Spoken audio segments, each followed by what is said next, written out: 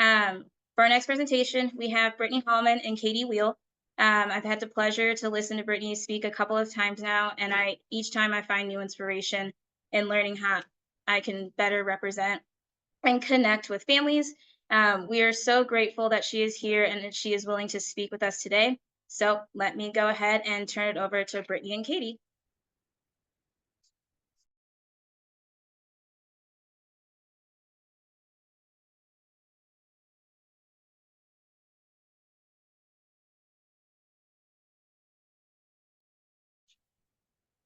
Let's see. Right there. We're good. Okay. Good afternoon, everybody. Thank you for being with us here today. Just to introduce ourselves a little bit, my name is Katie Wheel. I'm the Director of Legal Services here at CASA. Super pleased to be here with Brittany Hallman. She's going to tell you a little bit about her story going forward. Before I have her do that, I'm going to give you a little structure of what we're going to do today. Our presentation is more like a conversation or an interview, so almost like a fishbowl style where you get to see our conversations. We'll be asking Brittany different questions. She and I have had a conversation. I've also seen her present a couple of times and know a little bit about her story. And did you see? Yeah. Daniel McCarroll represented her when she was involved in family court. So Daniel just popped on, so she got to see her old attorney. We're so grateful to Brittany for her time and her willingness to share her experiences with us. And also, I just want to acknowledge as best we can that talking about these experiences takes a lot of emotional energy, and it's a privilege for us to be honored with whatever she wants to share with us about her story and what advice she has based on her experiences. Brittany knows that if there are topics or questions that she doesn't feel comfortable answering or discussing, that there's no pressure for her to do so. She is willing to answer questions from folks if you type them in the chat. Again, with the caveat that if she's not comfortable answering them, then she won't. So enter those in the box if you've got them. I'm gonna go ahead and ask Brittany to tell us a little bit about herself and maybe start with her experience in the system as a child and then how you initially got involved in the child welfare system as a parent. Okay. Well, my name is Brittany Hallman, and I originally, do I talk to them or you? You can do either one, whichever's more comfortable for you. I grew up in Houston, Texas with my mother, who was a drug addict. And I was in and out of the system from the ages probably about 8, 9, into my teen years. And then as an adult, sorry, I just pulling that blank. No, you're fine. I Were you in the system by yourself, or did you have siblings there with you? I was an only child. Okay. Which was wonderful in so many aspects. But I went to 23 different schools, just grew up really in a trauma-filled home. And when oh my God, I'm like going blank. You're fine. You're fine. Okay. We'll take a step back. So you were involved in the child welfare system as a child. Were you ever removed from your mother and put in foster care? I was never removed from her to be put in foster care. I'd always be placed with family or friends, kind of like a kinship type situation, to where like I would leave for like a year, sometimes longer. But it was never with nobody I didn't know. It was always with like a family member, or like I said, a family friend, or somebody that could take me when she couldn't, which was at least 6 to 7 times. Sure. I lived with both godparents, my aunt, my uncle, different family friends. Were there any stable individuals in your life that you identify as like safe people that were there throughout your childhood? As much as they could be. My aunt, my uncle, like I said, I lived with them for a little over a year. As an adult, or even in my late teens, I didn't really have that relationship, just from like my mom not allowing that from her addiction, and they didn't want to be around us. But as an adult now, I have a great relationship with them. My family and I have actually visited Texas like 3 times in the last 5 years to kind of make amends and just have that family life back with That's them. great. Yeah. So, having been involved in the child welfare system as a child and before you were involved as a parent, what sort of impressions or what sort of impressions did you have about the system and whether or not it was going to be helpful, or what did the system mean to you? That you got taken away from your parents. Like that's all I knew as a child. I mean, I don't remember ever thinking anything else, but when CPS got involved, it was usually time for me to leave my mom. That's kind of how I knew it as. And then even as an adult, they call it DFS here, but when DFS gets in, called, that's usually So, as a child who experienced maybe abuse or neglect in your home, when DFS got involved, was that a good thing for you or a bad thing in your mind as a child? I remember not wanting it as a child, just because I was super close with my mom, no matter how toxic she was. She didn't really get so much physically abusive and stuff until I was older. So when I'd be taken from her when I was younger, it wasn't always wanted for sure. It was actually quite terrifying. Sure. Just because like even though I know I'd be put in a place that was safe for me, it was just the fact that like I didn't have my mom. It was all I had. Yeah. Like I mean I had other people, but like that was my main person growing up. So Well, and that's a good point for us to hear too, because sometimes I think the notion in child welfare is that it's not scary if you're with your somebody relatives. but it's scary. terrifying. Yeah, Yeah. it's you're literally I mean, if you think about stability for a child, it's even though the parent might not be the healthiest at the time, it's still all they've known. So even if y'all think, not necessarily y'all, but like the system thinks that, the child's in danger, but the child doesn't see it necessarily like that. So it's like it's traumatizing to the child when you take that parent away, or, they're only what they think is support for them, Sure. Sure. What was the first stage that you were removed from your mother? So my grandma died when I was 8, 9, I would have been. I was 9 because my mom got her felony, and I had to go stay with one of my godparents at the time when she got her felony and stuff like that. I got removed because I was there the day her doors got busted in and stuff. That sounds traumatic in and of itself. I remember like the cop cars, like outside the what do you call them? Like the blinds, Mhm. the long ones that sit on those. And Oh yeah. they were just everything. Yeah, it was scary. So you were with your mom during the years that this CLE covers. So we're talking about infant mental health. So you were there from 0 to 3, the subject of what we're talking about, right? Okay. So once you became an adult and started having children, when you thought about the child welfare system, was that something scary? Did you have other ideas about whether or not the system was there to help or anything like that? Well, I really didn't experience much of DFS until it came time for them, like when everything really happened. So Sure. I never really actually got to have any issues with them before, like where I had to worry about them coming into my home. Like it was, I never really had to experience that until I experienced it. And I remember thinking, like, I know that y'all want what's best for the kids, like I totally know that's what that they're there for. But at the time, no, I felt like everyone was against me, and I felt like everyone just wanted to take my kids from me. And, I was angry and upset at everybody and everything around me. I was also coming off drugs and, living a, Would you share just generally why you ended up getting involved in the system? yes. So me and my kids' dad, we did drugs together. We had a pain pill habit that moved to a heroin habit that moved to a meth habit. Meth habit wasn't very long. It was more or less to get off the drugs that we were on previously that we really enjoyed because our withdrawals were so bad. But meth changed him mentally. It just totally made him a different person. And he became very, not only physically violent towards me, towards the kids.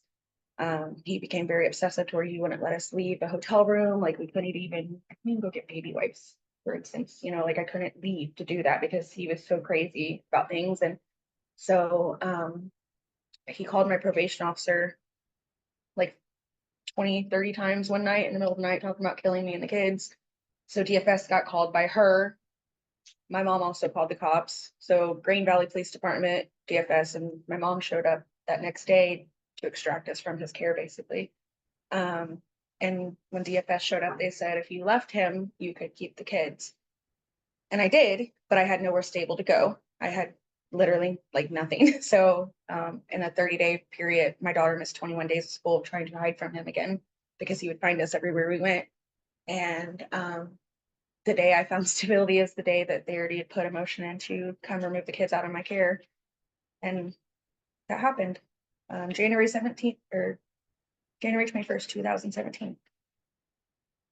What stability had you found at that point? It was some friends of mine that let me stay at their house, but it was somewhere safe that he didn't know about. He had no clue where we were. It was Green Valley School. So like, I'd get her back in the school system and stuff. But I mean, I feel like it was a blessing anyway, though. I mean, even though I had found that stability, it wasn't necessarily somewhere that was probably the best situation. Sure. And no matter how, of course, it was the worst thing that ever happened having my kids taken, but I feel like it needed to happen. So just for my life to turn around to where I could be better for them. Sure. So how many kids did you have at that time? I only had 3. I had Amelia, who was 7, Landon, who was 3 going on 4, and Leland, who was 1.5. And so how long did it take for you to be able to see your kids after they were removed from you? I was able to see them within that next week. They were placed in like the foster dog place. Oh, the Foster Adopt Connect shelter Yeah. back when it was open? Yep. The place isn't open anymore? Not the shelter. Oh. The organization's still there. Oh yeah, shelters. But yeah, they were placed there. I got to see them. I also wasn't participating right away into what I was supposed to be doing. I wasn't, I don't know if I wasn't, I don't think I was dropping right away. It took a minute. It took like 6 months to fully get my head out of my butt. Sure. But in that time period of losing my kids within a month or so, I was pregnant with my 4th. And things weren't really looking up right away from that either. And I don't know, one day I just kind of got to the point where I had nothing and I had no options. And I had multiple people tell me that I didn't know. They were like, go to Hope City. Hope City should be a great option for you. And it was a blessing. I went there and I signed up to do their 30-day inpatient. The state only required me to do 21 days was what I was told. But I did not only the 30 days, but I asked if I could stay another track, which is like not 30 days, 3 months, sorry, not 30 days. I stayed 3 months, which is 1 track. And I ended up asking to stay another 3 months because I felt like it wasn't enough time for me to fully work on myself to where if I came out of my inpatient that I would be healthy and ready for me to parent all my kids. Sure. So I stayed the full 6 months and finished that. I had my son while I was in treatment. And even though I was sober when I had him and had been sober for a couple months then, they said because I couldn't have kids there, I had to have him removed again. And so at 4 days old, he was taken again. So not again, he was taken. Were there any options for you at that time? Do you know where you could have done treatment and had him with you? There was a couple programs that we tried to put me into, which is like Amethyst. There was reasons why we tried to get me into a couple different programs, but it wasn't working with my situation. And so I asked Lisa from the church if she could find somebody to help me with Liam. So I didn't have to necessarily give him to somebody I didn't know because Jamie, who had my other 3 kids, could not take him. And so I met Micah and she wonderful, wonderful person. After one meeting, we decided that it was best that Liam went with Micah. And sorry.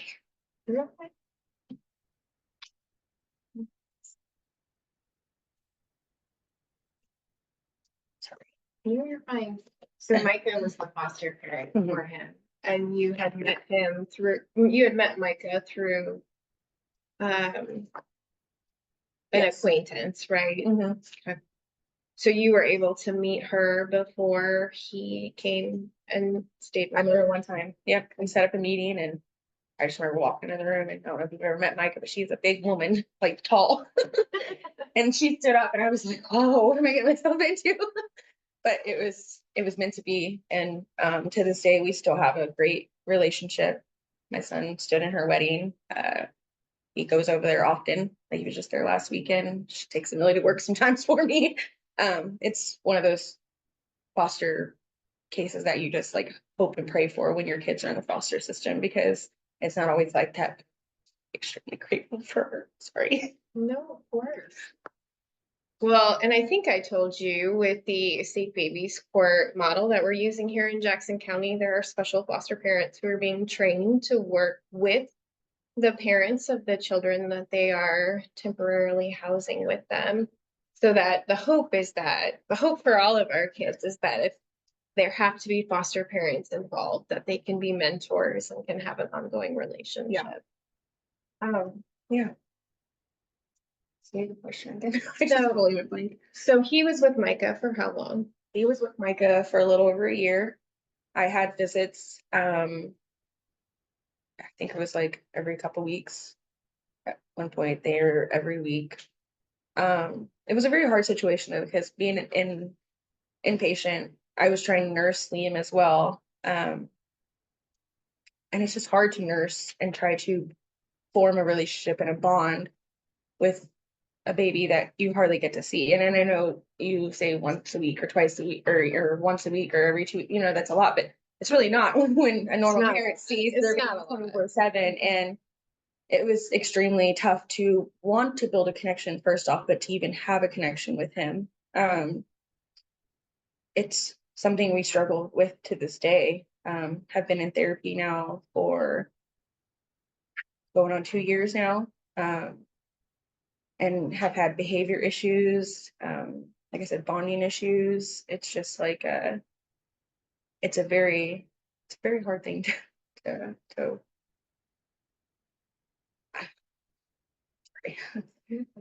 it makes me feel like a bad parent because of the relationship I have with him, and it's nothing I can really control because of the time that was lost or just the time that we didn't have to build that connection. It's something I work on daily. Sure. If out of all my children, it's the hardest relationship I have is with Liam, because I feel like so much was taken that we could have had and we didn't get. So, and not saying it's anybody's fault but my own, but Sure. And at the time that he was born, you'd been clean for a couple months, Mhm. is that right? Yeah. I I got clean. So actually, my clean date's coming up September 23rd. I'll be sober 7 years off meth, and then August 31st, I've been sober off pain pills and heroin 8 years. So, that's my watch is telling me about it.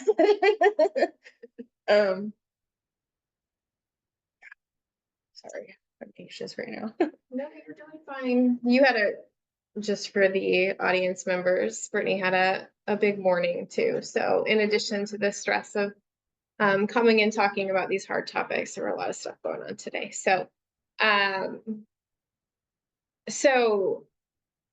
Liam was removed from you as a baby. So now we have this support program that is specifically designed to help support families who have young children like that. So it's based on focusing on the child and recognizing all the brain development that happens and how important connection, attachment, relationships are in moving forward.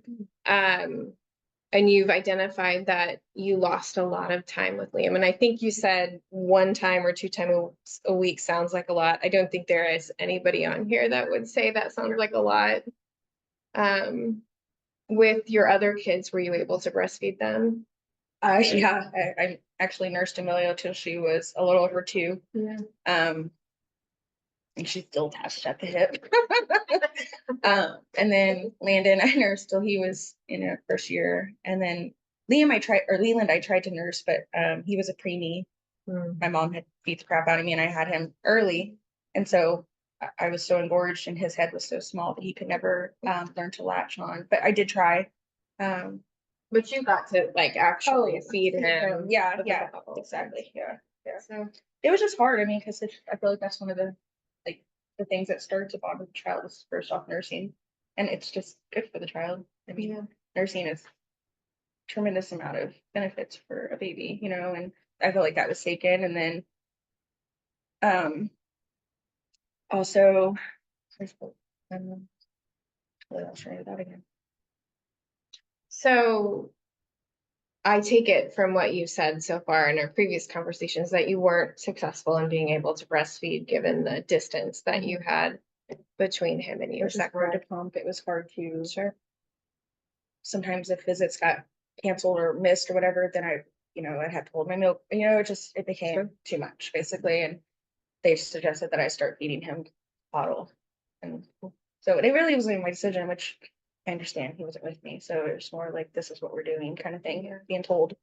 Um and yeah, and then and there was parts of me that, during my visits that I would get to the point where like I lost a lot of hope during all this, especially at one point when my goal was changed to adoption.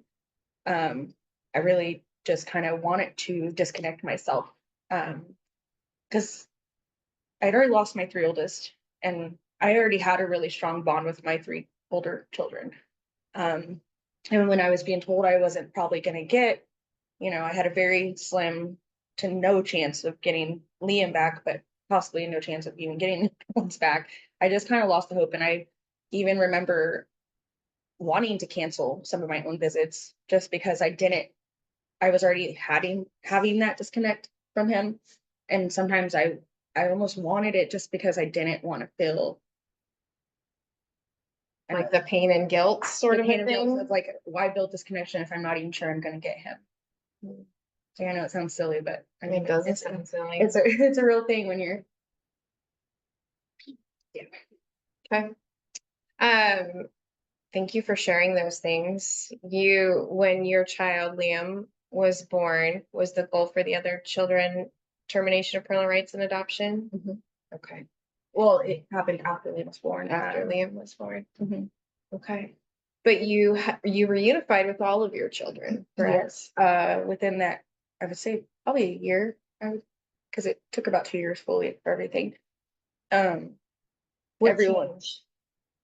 How did you turn it around?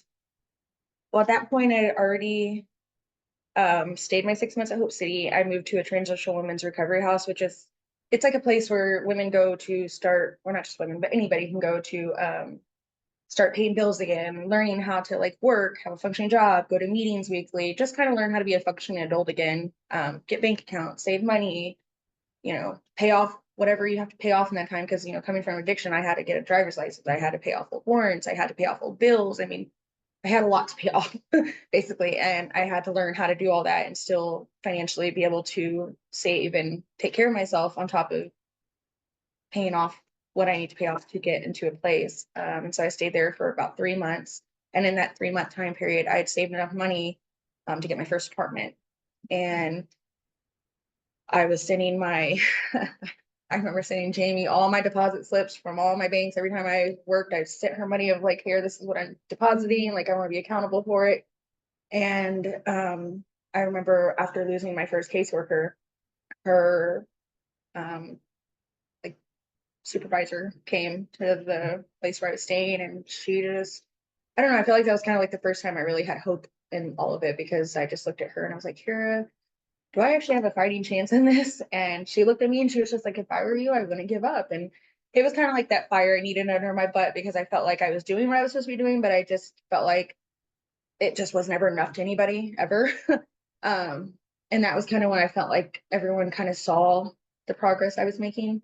And shortly after that, when I finally moved into my house or my apartment, that's when, visits were getting better and things were, moving along, and I've done pretty much everything they required me to do, if not more. And that's when everyone's mind was changed. That it wasn't just one person, it was the caseworker. I want to say Anika, Your guardian ad litem. guardian ad litem. the cost of volunteers, and it was everybody's kind of decision to change the goal back to reunification, from what I remember, if I'm saying that correctly. But Yeah. it was just, yeah, Okay. it was nice to, I finally felt like everyone was there for us, Sure. not just my kids, you know. Sure. So if you were to give advice to like the larger system, or tell us like what could they have provided for you? So the child welfare system and the court, what do you wish had been provided for you while you were going through this process? Well, I know everyone's case is different, but like for instance, for mine, I mean, I just, I know like visits are, you know, on parents' aid schedules, you know, no holidays, and it's just having that more time to bond, like, and it's, you know, it's always, like I said, every situation is different, depending on where the parents stay, what jobs, you know, it's everything. I just wish people would understand that, like, if there was more way to give time to where it was more accessible and things like that, like just to, am I saying this right? I'm trying to say like, When we talked earlier, we talked about accessibility with regard to like where visits were and transportation and being flexible and trying to find creative solutions in order for that additional time to be there. exactly, yeah. Just sorry. No, you're good. Um, any other ways that the system could have helped better support you while you were going through what you were going through in that time? I wish there was a program for parents that can just kind of be a support system, like a parents that have been through it. I just remember like when I was going through, like I didn't have nobody to like turn to for support. Like, I mean, yeah, you can go to your treatment centers and get your support there, but like nothing provided by the state to say, hey, like here's parents that with your situation, like let me show you, like you can do this too. And then they're there to encourage you. You know, like I would love to be a mentor for some parents to be like, hey, I know this seems almost impossible, but it's possible, you know, you just got to really do it. And I just, I think that would be so much beneficial for parents to really like have that, like, hey, I see you, you can do too thing. Sure. Um, I've been through it. You can I've do been it through it, you too. can, yeah, because there's really no support for, I mean, the parent necessarily, I mean, yes, the guidelines for the child, you, of course, you have your lawyer and stuff, but like, there's really no like actual support given of like mental support of like, I just lost all four of my kids and I'm just given a list of things I have to do to get them back. It's not like, you know, which totally understandable. I lost my children from my own fault, but it's still a very traumatizing situation, not only for the child, but for the parent as well. Absolutely. Um, Did the people who were involved in your case, and I don't need names or anything, but like, did you feel like people talked to you about your kids, asked you about your kids, and let you play a role in decision making for things about them? I feel like in the very beginning, I was asked about them, um, just when they first went in, but I feel like during the time, it really wasn't discussed. I remember incidents where like my kids would come to my visits with rashes and weren't taken to the doctor for them, but it wasn't my choice at the time. It was the foster mom, you know, that they had second. And so, no, I don't feel like everything was like asked of me or my opinion. I felt like it was more like being told what was happening or what was going to be done or that kind of thing. Sure. Um, that has to feel like unempowering and not uplifting when you're thinking about trying to make a change in your life. Oh yeah. And then even like I said, when they had the goal change to adoption, like we went into mediation. So I'm being told like this is what's happening. So at that point I'm even thinking, oh well, it's definitely over now. Like they're being adopted out, you know. So that was like another like a I mean, like I said, I know things can change and it did change, but if it wanted to, it was just something I had to deal with and Sure. learn to let go of, I guess. Since this is a guardian ad litem CLE, what advice would you have for how guardians ad litem can better serve parents and then also better serve kids? Um, don't want to sound like I'm saying because I know like everyone's just, you know, everyone's case is so different, you know. So it's like giving advice of what I think should happen. It's not necessarily could pertain to everybody, but Sure. I mean, just the fact that I can't like get my words out today, y'all. I'm so sorry. It's just like I have so much going on in my mind right now. Can I prompt you with some of the Yes, things you please told do. me when we were Please, talking because I about feel like my before? head is just like everywhere today, and I am so sorry. No, okay. One of the things that you mentioned to me when we were talking earlier is making sure that guardians ad litem are also looking at like the mental and emotional needs of the child instead of just making sure that they're physically safe. Right. Yes. I feel like, like I said, there is a bond between parents that no matter what they think is the safest or the most best environment for the child, it is emotionally traumatizing to take them. And so I just want them to be aware of like, starting something maybe like putting a child in therapy even before that, you know, they realize they need the therapy because yes, Sure. like for instance, we started with Liam 2 years ago, but honestly, like I wish it was something that would have been provided maybe when he was younger. So we could have worked on like family therapy and bonding and stuff when it actually happened rather than we had it happen, it's dealt with, and then it turned into this. And now I'm trying to go back and fix things that maybe could have been addressed when, he was an infant, or a toddler, Sure. because like I said, this has been something we've been struggling with for like 3 years now, if not longer. So I want to follow off of what you said before we get back to other ideas for guardians ad litem. But you just talking about bonding and how removal so early on without significant family time after that. Were there any services provided to you to work on your bond with your child after he was returned to you? No, No. no. I signed up for PCIT therapy with Leland when he came home, but that was something I initiated. I asked about it. It wasn't something that was like offered to me. And that's how I ended up doing it for Liam as well, because I had already done it with Leland. Okay. And I thought it was beneficial. I thought it had worked for us, but there was nothing that was given to me during the time of like, hey, like, I know your bond might not be the same after being, and it was never, I don't really think it was even talked about, honestly. Well, I think just as far as like looking at the system and how it's grown, that the amount of services available to parents and young children have significantly increased and hopefully will continue to increase over time. Can you tell us what PCIT is and what it looks like? We've talked throughout the day about some other different therapy modalities, but I don't know that everybody knows what PCIT is. Parent-child interaction therapy. And basically what it is, it's learning how to communicate with your child with, there's different phrases there. It's basically like praising them and learning to basically parent better if like at their level, it's coming at them to where like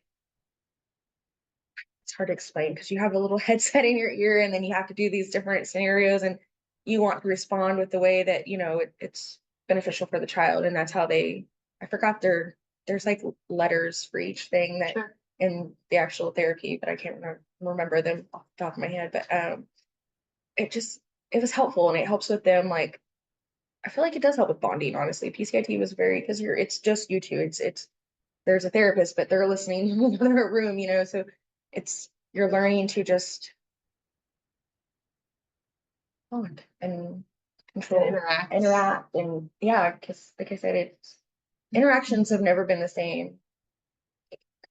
I don't know. It just sounds funny. I feel like telling people like my relationship with my child is not the norm, but it's not. And it's something that like I struggle with every single day. And it's hard to explain to people that, this is, I feel like what caused it. And this is what we could do better. Which we're grateful for you to be here to help us be better, because families deserve, kids deserve, parents deserve the best treatment that they can get in order to make sure that families are safe and healthy and developing. So you talked about doing PCIT with Liam in order to help increase your bonding. Have you done other therapies with him? Yes, I've done PDI, Theraplay, family therapy, individual therapy. He's done now inpatient, and he just switched outpatient 3 weeks ago. And we are in therapy. I go every 2 weeks for my therapy, and then he goes every week now. just because he's seeing a new therapist and I want him to get comfortable with her because the other therapist he had for like a year. And change is different and it's a lot. And so not only moving to a house, but changing schools, changing therapists all in the same month is a lot. And so I wanted to make sure that he is comfortable. You know, I don't want him to look his therapy as like, oh, I go this way that I don't want to be. I want him to want to be there and want to, you know, this is for him. So while he was in care, were there any services provided to him to help him with his development? No. Okay. You had a parent aid? I mean, they did the parenting classes with parent aid, but that was it. yeah, but it's not even like a class. It's more like they watch you interact and just kind of suggest things. Yeah. But it wasn't like I learned really. I mean, don't get me Sure. wrong, I love my parent aides, but like it was nothing like I learned from them. So many things I felt like I knew how to do or was doing. Sure. Well, and your kids didn't come into care based on a deficit in parenting skills. So you already knew how to parent at that point. Always the greatest thing. Yeah. We all do our best. Yeah. Were there any services that the system provided for you that you felt like were particularly helpful? And your answer can be no. I'm just trying to think. So I don't. Yeah, no. Sounds like I mean, I treatment had was therapy helpful. was offered. That was something that was I was required to do therapy, but I never even really like therapy then is different than therapy now. Okay. There- Why? Because they choose somebody that is your therapist. And I went through so many of them. And it wasn't my choice. It was just like this therapist would leave or whatever it was, you know, and I just never felt comfortable talking to any of them. I never felt like it was something I was choosing to want to participate with somebody like my therapist now. I chose her. You know what I mean? It's not something that was just given to me and being like, here, talk to this person, figure your life out. And so I was the only thing I was really ever offered to me was therapy, and I don't even feel like it was beneficial. So, And as far as the parent aid was concerned, was that a helpful support for you? yes, I feel like the relationship, like I said, I don't think this is all cases with parent aides. But I've built a pretty good relationship with multiple parent aides I had, in the beginning, and then even the ones I ended with. And I would definitely say Jamie was like she helped me through a lot. Like I said, I would send my deposits up to her, and you know, she just was very big about helping me. I guess I would say Jamie was she would help me with rides to like go to the bank, you know, on my visits and stuff, so I could progress in the things I was doing. So in that aspect, she was very helpful. And Jamie is the parent And aid? Jamie was the parent aide. And Jamie is also who had your older There's two kids? Jamie parent aide and Jamie who fostered my children. So when you're talking about deposit slips and stuff like That's the that, Jamie parent aide. Yeah. that's the Jamie parent Yeah. aid. Okay. Okay. You talked a little bit about the therapy services, and you talked about how therapy when you were involved in the system wasn't as helpful as now. In our conversation preparing for this, one of the pieces of advice you had was that people should have therapy. Oh yeah, I totally like So no, it is something I really feel like even like I said, children, I feel like should have it. I feel like the adults, but I feel like it should be like offered in like I say, because when you're just kind of giving it to somebody, it's not really it's not the same. it's not the same. But I do feel like children, especially because I know it's offered to families. I know it's there, but not everybody like will do it. But I feel like it's something almost should be mandatory, you know, like help that child develop, help that child talk whatever they're feeling out because you know, I feel like that was kind of something we didn't get to do for him, you know, and then the anger builds up, you know, I mean, like a child going through trauma, it causes other issues. Sure. And I feel like it was there for him as a younger child. I feel like it would be very beneficial. I think therapy is awesome. I know some people think that's crazy, but I think it's wonderful. I mean, there's so many different kinds of therapy. That's the thing. It's not just like going in and talking to somebody like EMDR, you know, like there's different kinds. Sand tray therapy, you know, that's something we did too, was sand tray therapy. I forgot about that one. So there's multiple different types that can be beneficial for that child's case, you know, PCIT, PDI, you know, Theraplay. Theraplay is totally different too. That's like another interaction for bonding. Theraplay was very helpful for bonding.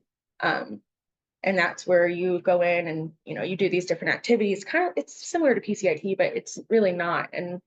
But their play it helps with the bonding because you do an activity that they're all bonding activities, and I just remember I have a picture of actually Liam, we're doing the hats and we chose each other's hats. And then it was it's fun, but you learn to bond in ways that aren't just presented to you normally, but it builds that bonding that you need, rather it be with these activities or at home, and then you apply them at home. So I feel like everything I've done up until this point has been at least somewhat beneficial to our relationship, our bonding, everything. And like I said, I just wish it was there earlier. Sure. Yeah. So the first thing that you said in your recommendations for guardians ad litem was the mental and emotional support. Yeah. I feel like I just feel like parents really don't get that.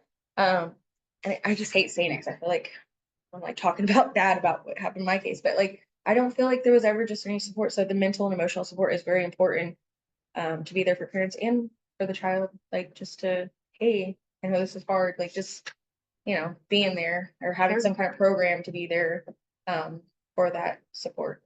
Great, thank you. Mhm. Additional things that you think guardians ad litem should do or know or offer. One thing that you said, these are my notes from our earlier session, was just getting to know cases better. To know the cases better. Like, I feel like, of course, the kids' names, but there's more history to some cases, like there's more back history of, or even, what's going on presently, just to be more aware of like behind the closed doors, like not just what's in front of them. Sure. Did you ever feel like there were people who were involved with your family who were talking about your kids as if they knew them better than you? Yes, but I also feel like at some points I was very angry at points, and I totally admit that. And I think I might have took things more personally, more because I was angry at the time. Sure. Not necessarily that's what was their intentions, but that's how I took it because of how pissed off I was at the whole situation. Were you saying there might have been times when other people knew your kids better? Is that what you're saying, or no? No, I just feel like that's how I would feel just because of You'd be angry about it. Yeah. Got it. Yeah. Thank you. Mhm. We had also talked about, and you mentioned it earlier, but seeing your kids come to a visit with rashes and not being able to do anything about that.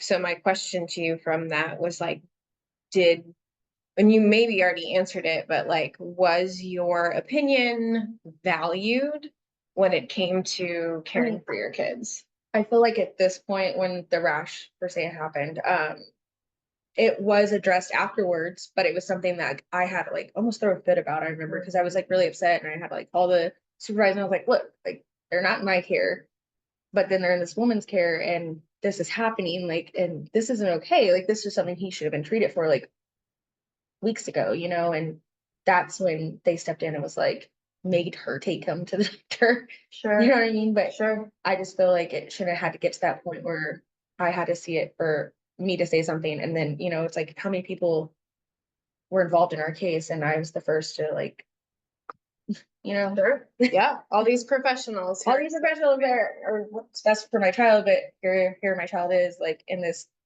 extremely uncomfortable rash, so it was just like, yeah, and there was nothing I can do until I could. Because I didn't even know he had it for like that whole week. I didn't see him. If you don't see him. Yeah, I didn't see him. So I had no idea, so those kind of things were tough for sure. Another thing that we talked about in our prep session was just making sure that the court and the system and the guardian ad litem was able to recognize progress. Yeah, I think that's a big thing because yes, there's a list of things given to somebody when they're going through this, and even the little steps that might not seem very important to y'all can be monumental for us, lots of different trauma, for instance, that happened to me. Like it was, those little steps were very important, and it was just not enough at points, and I just wish they were recognized more as like, like not even like, hey, I'm not trying to like clap, no, I don't need your, I just meant like, hey, acknowledge that what we're doing, we are trying, like it's not an overnight process. And when we are making progress, it'd just be nice to, I felt like, just more compassionate about it, like, hey, if we see you're trying, like we want, sure. That makes sense. It absolutely makes sense. We are about 3 minutes from the end of our session, so you can relax. Okay. Will you just share with people uh, where you are now? I wrote in your bio with your permission that your Yeah. family was thriving. So tell me about that. So like I said, I've been sober now 7 years, and my kids are awesome. Amelia is 15, almost 16, driving, doing great in school. Like she's my rock star. Like She's literally. sitting right up Yeah, there. like she's sitting right here. Like I'm super proud of her. We have a completely different relationship than me and my mom had. So that right there is like winning. Landon is awesome. He is just thriving. He's finally growing and getting a little bit taller. But he's doing really, really good. Leland is super smart in math. He can do math problems in his head and just amazes me because I'm like, oh my gosh, you're so smart. And then Liam is like a grown little man walking around. But he is a character and he's fun. And I also have my stepson James. And we're really excited because he gets to come see the new house, which we just bought a house a couple weeks ago. And he gets to see the new house today for the first time. So Yeah, really excited about that. Yeah. And I love my husband. He's great. He is definitely it's my rock. He is just fantastic to not only me but the kids. And we're doing great. We're doing great.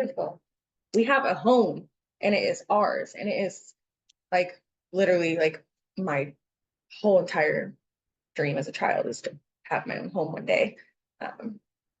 So I'm extremely blessed in that aspect. So yeah. Do you have any last thoughts or advice to share with this group of folks who will be representing parents and kids in the future in the system? I just feel like I feel like everyone is probably doing a great job of what they do already. Like I'm not disappointing anybody. I really, really love for people just to consider, like I said, the emotional and mental support of a baby because the bonding is so important and doing whatever possible to make that better, I feel like is like the most important goal.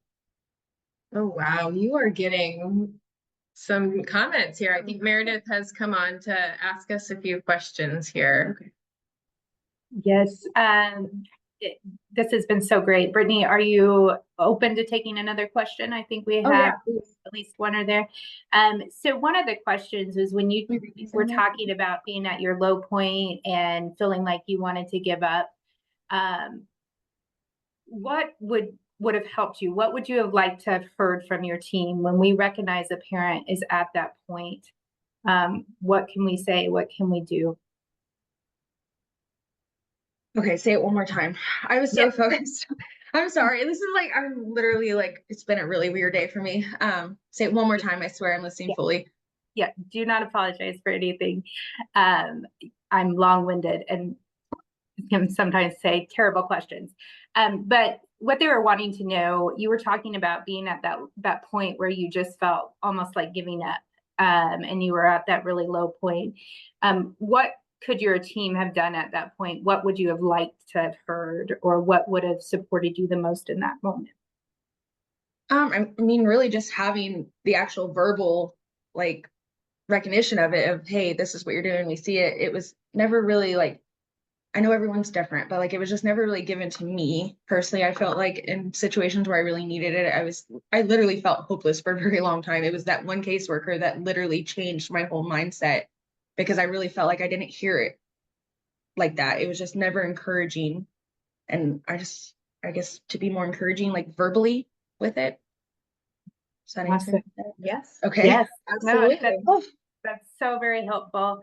Thank you. And as Katie said, you're getting all kinds of comments in the chat. I hope you will stay for a few minutes and read through some of Oh yeah, them. absolutely. We are so grateful to you. So thankful for your strength, your honesty, and your bravery. As Tiana said, see, now I'm going to get upset. Every time I have heard you talk, I have walked away with new inspiration, new learning. So I am so grateful to you. I think you will see everybody else is feeling that way also. So we will take an 8-minute And I was break. extremely nervous today, so forgive me if I was not like, these things make me so nervous and I feel like I go like brain dead when everybody starts talking to me. So forgive me for that. You did amazing. And you can see everyone is so thankful for all the insight that you've given us. It is really helpful. I will tell you one of my big takeaways. I loved hearing you talk about how your therapy is so much more helpful now because you got to choose. And that is a huge takeaway that I can make action on in my cases. So you will make a difference. It really does make a difference because I mean, literally, I just remember having the therapist that I had and I never was comfortable because I felt like it was like the one I had to have, it wasn't something like, it would be different as like, hey, here's like maybe a couple of them that you can choose from or meet with, like, because you go into therapy, you want it to be beneficial, not as like it's a one of your checklists, it's like, it's, you want it to be working for you. And that's how I felt. Like, I wish it was different then, Yes. Yes. So that is something actionable that we can all take away. I'm sure there are so many other things people are taking away today too. So thank you so much. Thank you also, Katie. We will